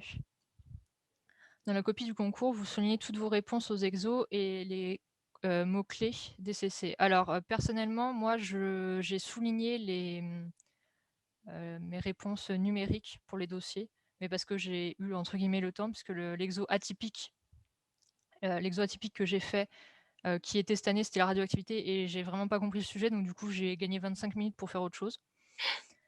Mais il faut savoir que j'ai eu 9, hein, donc c'était pas mirobolant. Et pour les cas cliniques, du coup, moi, j'ai pas eu besoin de souligner mes mots-clés parce que de toute façon, ma copie n'était que des mots-clés. C'est-à-dire que, par exemple, la question c'était diagnostic, quel est le diagnostic de cette pathologie? Je mettais lupus, je mettais la définition du lupus, sa physiopathe. Puis après, je passais argument clinique, mais au lieu de faire blablabla, je mettais directement les mots-clés qui sortaient en tiret. Alors, est-ce qu'on a le temps de faire un brouillon ou pas? Personnellement, moi, j'ai vraiment pas eu le temps de faire un brouillon. Tout était directement rédigé sur la copie. Par contre, j'ai pris des notes au fur et à mesure que je lisais les sujets pour mettre les grandes idées qui me venaient en tête. Donc, c'était griffonné hyper rapidement parce que de toute façon, je pense pas qu'on ait vraiment le temps de faire des vrais brouillons. Ouais, non, je pense pas à brouillon. Enfin, tu vas vite rendre compte en faisant les annales chronométriques que tu peux pas tout écrire au brouillon avant de te lancer. À la rigueur, pour les exéos un peu compliqués, un schéma, je sais pas, en radio A, ça peut s'y prêter pour pas se planter dans le temps avec toute la décroissance, savoir où tu vas. Mais après, pas tout rédiger au brouillon, quoi. Alors, pendant vos années avant le concours, avez-vous toujours validé facilement vos semestres? Alors, je fais partie d'une personne qui a fait un burn-out en 3e année. Donc, du coup, à partir de la 3e année, j'ai redoublé toutes mes années. J'ai redoublé la 3e et la 4e. Mais en contrepartie, par contre, je les ai redoublés, mais j'ai validé après avec des très bonnes moyennes. Je tourne entre 14 et 15, à peu près de moyenne générale sur l'année. Ouais, pareil, j'avais en P2, j'avais moins que ça, parce que je n'ai pas vraiment travaillé ni été présente en cours, mais à partir de la P3, j'allais en cours et je révisais pas mal. Après, j'ai toujours eu un job étudiant à côté, donc je passais pas non plus 15 heures par semaine à réviser. J'ai toujours validé avec 14-15 de moyenne. Alors, au niveau des supports, si on utilise en majorité les 2 boecs, on complète un peu avec nos cours, plus les fiches d'épreuves type ACIP et AMIP. Est-ce que pour vous, c'est suffisant? Je pense que oui. De toute façon, après, tout dépend de la qualité de tes cours de la fac à Toulouse. Moi, je les ai pas trouvés extraordinaires, personnellement. Mais moi, oui, j'ai beaucoup bossé avec les 2 boecs et les fiches qu'on m'avait données parce que dedans, il y avait des fiches du major de 2012 et il y avait des fiches du top 100 des autres années, donc ça m'a pas mal aidé. J'ai aussi beaucoup utilisé les moniteurs pour la galénique et la génétique parce que très franchement, la galénique, de toute façon, il n'y a pas de livre. Et pour la génétique, j'ai trouvé le 2 boecs assez insuffisant. Mais bon, ça, après, c'est à l'appréciation de chacun, j'ai envie de dire. Ouais, puis ça dépend vraiment des facs. Il y a des facs où vous allez avoir de très bons cours en hémato. Nous, à Angers, on est nul en hémato, mais on a des super cours en pharmaco. Enfin, de toute façon, je pense que vous vous rendez assez vite compte de la qualité de vos cours. En général, si toute la promo n'a rien compris sur un sujet, c'est que le cours était pourri.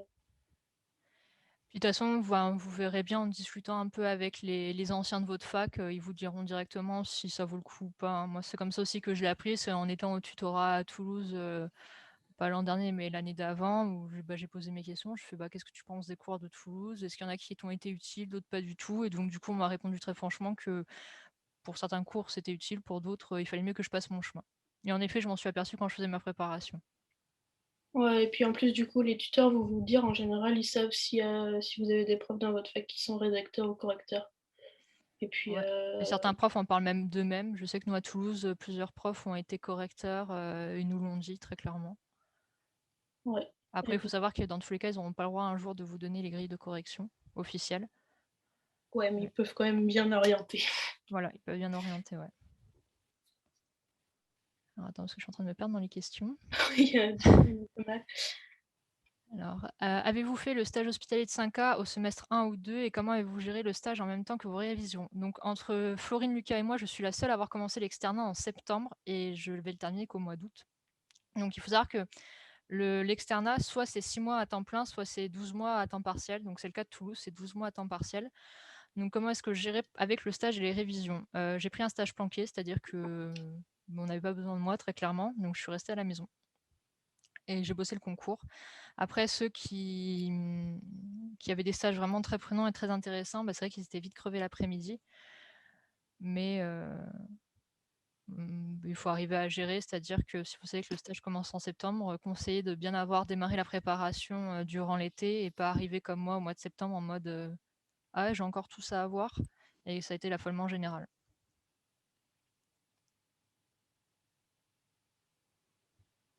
Excusez-moi, j'ai une question. Oui. Déjà, merci à vous pour la première conférence. Et je voulais savoir aussi par rapport à la suite des conférences, comment vous alliez vous organiser, comment ça allait se passer, quoi. Chaque tuteur va choisir son jour de passage et son heure. Donc Florine et moi, on va sûrement rester sur le samedi après-midi parce que c'est les horaires qui nous conviennent le mieux.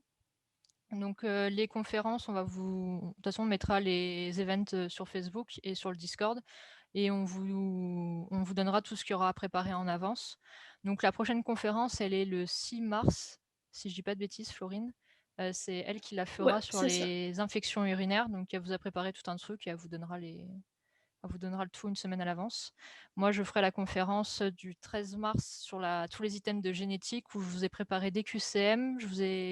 On va voir ensemble le seul exo qui est tombé dans les annales. Et on fera aussi un exemple de cas clinique qui pourrait tomber. Donc moi, personnellement, mes confs s'articuleront beaucoup sur de la correction plus que sur des rappels de cours purs et simples parce que pour moi, les cours, vous les avez tous quelque part et je vois pas trop l'intérêt de vous les refaire encore une fois. Par contre, je vous passerai des fiches de synthèse et des petites fiches en qui j'en ai préparé quelques-unes pour la génétique. Ouais, moi, c'est un peu la même chose au niveau des confs. À part si c'est des sujets compliqués, mais là, par exemple, la conf du 6, ce sera sur les infections urinaires. Et du coup, c'est vraiment pas un sujet compliqué. J'ai sur mon support mis quelques rappels de cours, mais c'est vraiment bateau. Vous basez pas vous basez pas ça sur ce que j'ai mis sur mon support pour le concours, hein. C'est loin d'être suffisant. Ça peut aider pour ceux qui veulent participer à la conf sans avoir forcément eu 3-4 heures pour préparer.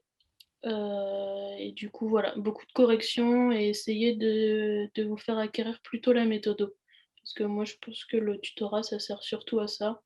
Il n'y a pas besoin du tutorat pour apprendre par cœur des choses. Normalement, vous êtes tous capables de le faire. C'est juste qu'après, comme ça fait des rappels, forcément, ça aide. Mais c'est surtout la méthode qui est plus difficile à acquérir tout seul dans son coin.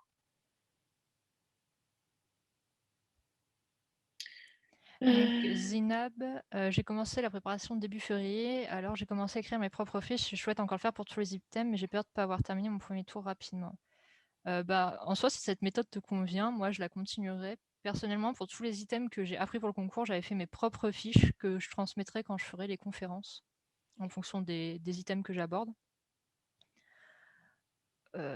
Très franchement, si ça te va, moi je dirais de continuer. De toute façon, en soi, il n'y a pas de méthode magique, hein. Certains, quand vous lirez des témoignages, n'ont fait qu'un seul tour du concours, d'autres en ont fait 50. Le but, c'est que tu arrives et que tu fasses pas d'impasse parce que très franchement, le jour J, j'ai eu les pétoches quand j'ai vu les sujets. Ouais, j'ai rien de plus à ajouter. Moi, j'ai fait, pour te dire, j'ai fait peut-être 3 fiches en février, puis j'ai arrêté parce que de toute façon, je ne suis pas une adepte des fiches. Donc, c'est vraiment comme tu le sens, quoi. Si c'est ta méthode de travail, fonce, fais comme ça. Au concours, c'est possible d'avoir des questions pièges. Très franchement, si tu connais ton cours, non. Enfin, moi, en tout cas, quand je faisais les annales, j'ai jamais trouvé une question réellement piège. Alors, par contre, des fois, il y a des questions qui sont un peu mal formulées. C'était le cas, par exemple, pour les méningites, sur le sujet des méningites de 2020. Mais en soi, très franchement, si tu connais ton cours, la pathologie est souvent assez rapidement trouvable, hein. C'est pour ça qu'il ne faut pas faire d'impasse. Ouais, je dirais même que de toute façon, les pathologies, là même, là en février, si vous lisez les annales, normalement vous lisez le sujet et vous savez à peu près ce que c'est. Peut-être pas précisément pour certains items, mais vous voyez au moins si déjà c'est de l'infectio, si c'est de l'hémato. Je pense que ça va assez rapidement.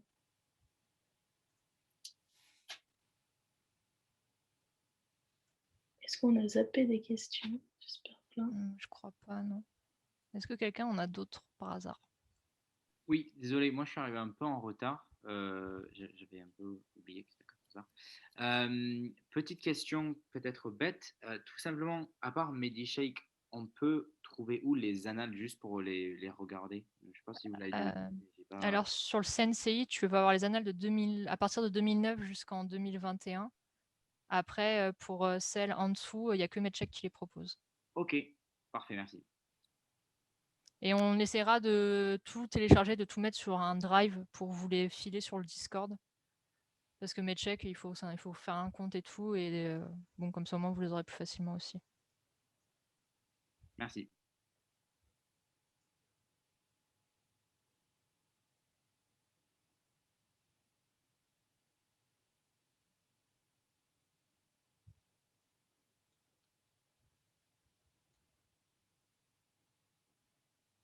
Donc du coup, est-ce qu'il y a encore d'autres questions ou pas? Sachant qu'il n'y a aucune question bête, hein, très franchement, même si on doit se répéter parce que vous avez mal compris, il ne faut surtout pas hésiter, hein. C'est mieux pour vous que l'organisation soit bien claire dès maintenant, pour que vous puissiez vous lancer dans les révisions sans avoir des points qui sont un peu flous. Oui, juste par rapport, je sais pas, je suis arrivée 20 minutes en retard, désolée, par rapport au concours blanc. Est-ce que vous allez en organiser du coup ou pas? Pour le moment, c'est pas prévu, sachant que le concours blanc national qui est organisé par le tutorat, déjà mis en place par la NEF est vraiment pas mal, je trouve. Et sachant que normalement les facs font souvent font souvent des concours blancs. Après, je sais pas, on en discutera avec nous et on vous tiendra au courant. Parce que D'accord, ça merci. demande quand même beaucoup de corrections. Oui, oui, bien sûr. Et en plus d'élaborer les sujets, donc c'est pas évident.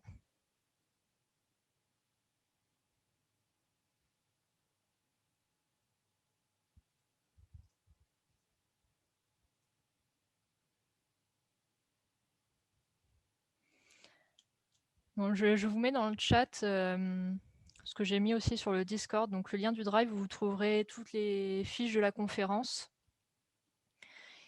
Et aussi un lien vers un formulaire, un Google Form, en fait, c'est pour un peu avoir votre avis sur la première conférence de façon totalement anonyme, et aussi de poser si jamais vous avez d'autres questions qui vous viennent à l'esprit, et nous donner aussi des informations sur les items que vous voudriez qu'on aborde pour les prochaines conférences, parce que là on vous a dit génétique et infection urinaire, mais pour le moment on n'a pas trop préparé autre chose, parce que ça dépendra aussi beaucoup de vous. Et puis voilà. Si jamais vous n'avez pas d'autres questions, je pense qu'on va s'arrêter là. Mais de toute façon, dans tous les cas, on est disponible tout le temps sur le Discord, hein. On répond souvent dans les questions en moins d'1 heure, en règle générale.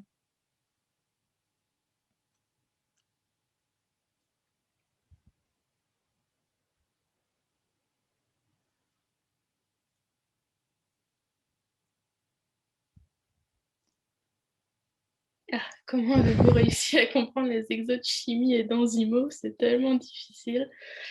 Moi, perso, je pense que l'enzymo, j'ai toujours pas compris. Puisqu'à chaque fois, j'avais l'impression de comprendre. Et puis, en fait, non. Oui, voilà qui dit qu'on a réussi à comprendre. Pour la chimie, en faisant et refaisant les exos, et après, il y a toujours des exos un peu farfelus où t'apprends la méthode plus qu'autre chose, parce que tu vois pas trop bien à quoi ça peut servir. Mais Et voilà, après pour l'Enzimo, je sais pas si Aurélie ou Lucas ont des Bah, secrets à dévoiler. Moi, l'Enzimo, c'est un grand mystère depuis la PACES, hein. Très franchement, j'ai appris par cœur, hein, comment répondre aux questions. Et surtout, si jamais vous avez des questions, n'hésitez pas à les poster aussi sur le Discord au lieu de rester avec. Parce que ça arrivait avec Lucas, Florine et d'autres qu'on passe la journée à essayer de résoudre un exo tous ensemble parce qu'on ne comprenait absolument pas où est-ce qu'ils voulaient en venir. Donc voilà, n'hésitez pas, hein, de toute façon, c'est quand vous ne comprenez pas, certainement d'autres personnes ne comprennent pas non plus. Et sinon, la chimie, alors chimie côté pH, pKa, je ne l'ai jamais comprise et heureusement qu'elle n'avait pas tombé le jour du concours parce que de toute façon, je n'avais même pas appris les formules. Et la chimie, par contre, côté chimie analytique, très franchement, les exos se ressemblent tout le temps, tout le temps, tout le temps. Et on va essayer de vous faire une petite conf dessus. On va essayer de vous faire une petite conf dessus pour reprendre tous les exos typiques et pour apprendre, enfin réussir à y répondre facilement. Vous verrez des fois pour la chimie ana, il suffit surtout de poser la chose au brouillon, même quitte à perdre 10 minutes et après ça défile tout seul. Mais pour l'enzymo, j'aurais pas de réponse, j'ai appris par cœur. J'ai appris Ouais. par cœur les formules, j'ai appris par cœur comment est-ce qu'on pouvait résoudre les exercices, mais bon, bah, le jour du concours, par exemple, il y a eu une question un peu atypique et j'ai pas su y répondre du coup. Après, si vous êtes vraiment pas très bon dans une matière aux exos, faut pas perdre espoir. Déjà, juste balancer les formules et expliquer les paramètres qui rentrent en compte dans la formule. Ah bah, ça fait quelques points. Bon, sauf si la formule n'a rien à voir avec la question, hein, mais déjà ça. Enfin, moi, je sais que cette année, il y a pas mal d'exos où j'ai pas bien compris et au final, j'ai quand même eu la moyenne. Donc voilà, perdez pas espoir. Il y aura un planning des conférences prévues. Bah ouais, faudrait que vous nous disiez ce que vous souhaitez en sujet, ce que Ouais, Aurélie disait. via le lien du Google Form, qui se trouve que j'ai mis un peu plus haut dans le chat, mais que j'ai remis aussi dans le Discord, dans tutorat salon conférence. Vous avez tous les liens de toute façon. Vous n'hésitez pas à répondre quand on aura le plus de réponses possible. On fera un planning définitif. Pour le moment, les seules dates qu'on peut vous donner, c'est le 6 mars pour les infections urinaires et le 13 mars pour la génétique. Mais de toute façon, on va essayer de faire le planning pour qu'au moins d'ici le 6 mars, vous puissiez au moins être fixé pour les 3 prochains mois, quoi. Mais dans tous les cas, le planning sera posté sur le Discord, sur la page Facebook, donc pas d'inquiétude pour le trouver. Mais au pire, vous nous envoyez un message. Moi, je sais que je réponds assez rapidement. Je ne sais pas pour les autres. Ouais, bah moi je réponds peut-être un peu moins rapidement vu que je suis en stage du coup toute la journée maintenant. Donc ça dépend des moments de la journée. Mais en général, j'essaie de répondre dans la journée, donc faut pas hésiter.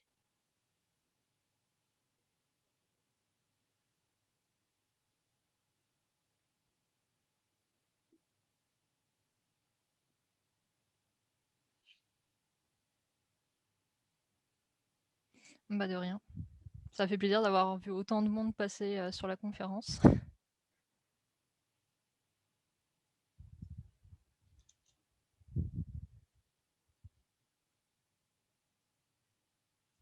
Merci, c'est gentil. Bah, ce qui nous ferait très plaisir, c'est que vous soyez tous reçus cette année, hein, pour ceux qui le passeront. Ouais, parce que pour le coup, dans tous ceux qui étaient sur le Discord, il y a quand même eu pas mal de bons résultats. Donc, Ouais, on était plutôt contents parce que l'an dernier, en plus, bah, c'était le lancement du Discord et il n'y avait aucun reçu dessus, donc on s'est tous entraidés alors qu'on passait déjà le concours. Et c'était pas évident à certains moments. Mais ça a permis de créer des belles amitiés hors limite des départements et des facs.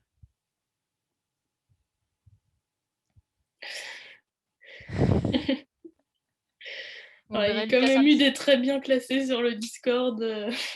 Ouais, on a eu, vous Enfin, verrez dans les Charlotte, témoignages machin. tous les témoignages qui ont été postés, ils sont postés par ordre des mérites. Bah, il y a eu Charlotte qui a été classée 19e, Nathan 27e, on a eu Mary aussi, mais qui était doublante 39e, Bastien par exemple qui était 84e. Et moi je sais que le Discord m'avait beaucoup aidé, surtout quand j'avais des questions, parce que les profs à Toulouse sont pas forcément très disponibles. Donc ça me permettait de ne pas rester avec ma question ou d'essayer de la poser et d'avoir une réponse comme j'ai déjà eu 6 mois plus tard. Autant dire que j'étais déjà passé à autre chose. Donc voilà, dès que vous avez une question, vous la posez. Il n'y a pas de question conne, même si ça vous semble vraiment très con, votre question, vous la posez quand même parce que faut pas rester avec une incompréhension. Ouais, et puis de toute façon, personne n'est sur le Discord pour se moquer, hein. Enfin, Oui, euh, parce qu'on a posé des fois des questions qui pouvaient paraître mais tellement débiles, des trucs surtout quand on est dans le feu des annales et qu'on a la tête dedans. en vrai, parfois on n'a pas vu qu'il y a enfin, que la question est négative à un QCM, et du coup on a répondu les réponses Ouais. comme si la question était positive. Enfin, voilà, ça peut paraître un peu bête, mais quand il est 22h, parfois on pleure sur un QCM, on croit qu'on a tout fou alors qu'on vient de réviser le cours, et puis on poste sur Discord et il y a quelqu'un qui dit bah non, mais c'est parce que tu as mis les réponses fausses ou les réponses vraies. Enfin, et tu te dis ah bah ouais, c'est juste une erreur bête et au final je sais mon cours, donc faut pas hésiter. Puis pareil, on reste dispo si jamais vous avez besoin de parler, parce que dans l'année, ça peut devenir très compliqué au niveau, au niveau psychologique. Il ne faut pas hésiter à venir nous en parler aussi. Parce que moi, je sais que vers le mois de novembre, j'ai commencé à craquer. J'avais l'impression de plus rien connaître. J'avais l'impression que c'était la fin du monde et que j'allais jamais réussir ce concours. Et bon, ça c'est toujours plaisir d'avoir quelques oreilles, de dire mais non, mais ça, moi aussi, je suis dans le même cas. Il faut pas que tu t'inquiètes, ça va bien se passer. Reste focus. Plus en général, on a tous nos petits moments de baisse un peu en décalé. Du coup, il y a toujours quelqu'un qui te dit non, mais t'inquiète, je pensais exactement la même chose la semaine dernière. Et puis en fait, cette semaine, je me suis remis à faire ça, à faire ci, et puis ça va beaucoup mieux. Donc, essaie de ton côté. Et puis voilà, on se rebooste. Et puis voilà. Et puis plus maintenant, vous avez aussi des gens qui sont admis et qui sont passés par là et qui sont même plus dans le stress et qui n'ont que ça à faire de vous rassurer. Donc, faut pas hésiter.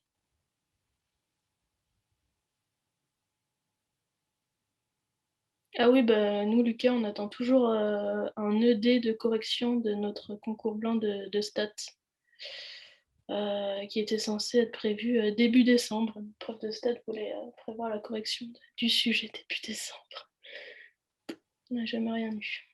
Donc ça dépend des profs, hein. Ils sont pas tous hyper dispo et puis pas tous en plus super informés sur le concours. Donc ouais, ce qu'on disait tout à l'heure, demandez aux tuteurs de votre fac ou aux gens qui l'ont déjà passé de votre fac qui vous diront si les profs sont bien pour le concours ou un peu à côté de la plaque. Donc, est-ce que vous avez d'autres questions?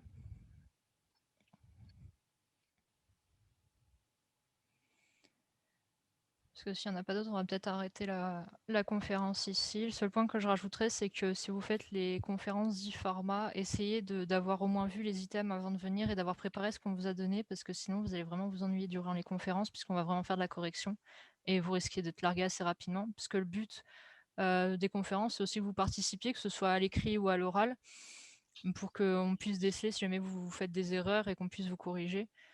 Et puis bon, que ce soit aussi plus sympa, parce que si on doit parler pendant 2 heures et qu'on n'a pas on n'a personne en face, ça va être vite long, quoi.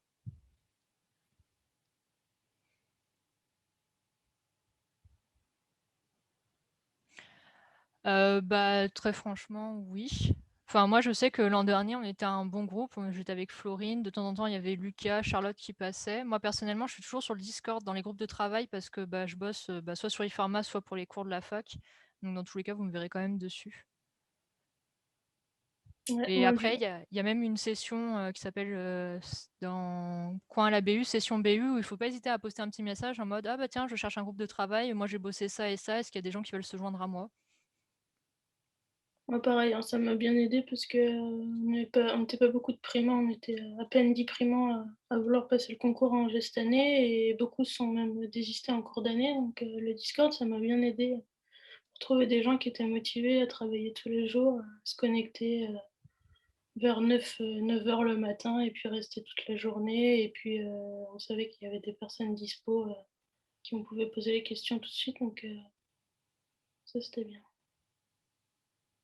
Bah voilà, Jordan aussi est un fidèle. Depuis Exact. 1 an, il est sur le Discord et il ne quitte pas le channel table de travail numéro 1. Donc bah oui, vous le recroiserez normalement assez régulièrement. Bon, mais sinon, moi aussi, j'y suis aussi quasiment tous les après-midi. Parce que le matin, je suis en stage.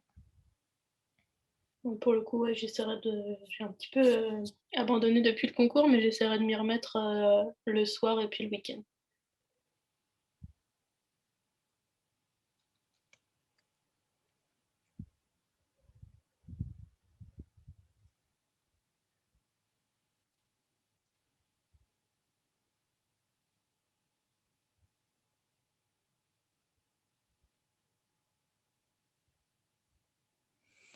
Donc surtout, n'hésitez pas à télécharger tout ce qu'on vous a mis à disposition dans le Drive, surtout les fiches. Si jamais vous avez des questions sur les fiches méthodo, vous les posez dans le Discord, vous me les posez directement en message privé, j'y répondrai.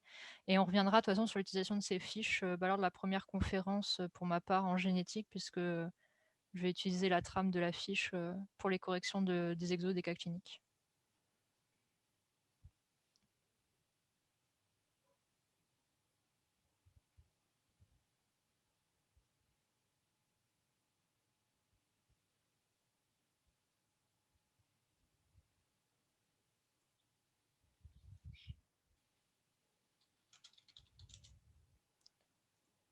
Merci beaucoup, Philippine. Tu peux y aller, t'inquiète pas s'il y a d'autres questions. De toute façon, comme Aurélie l'a dit, elle note tout et tout sera disponible. Ouais, on essaie de tout récupérer pour vous les donner. Bon, il y aura sûrement quelques oublis, mais bon. Dans tous les cas, je crois que Lucas a mis un paramètre pour que la conf soit enregistrée. Donc au pire, vous pourrez peut-être sûrement la revisionner si jamais ça a marché.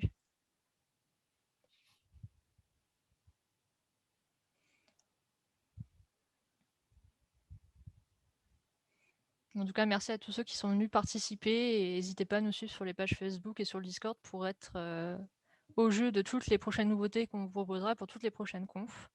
Mais c'était super sympa de faire cette première conférence avec vous.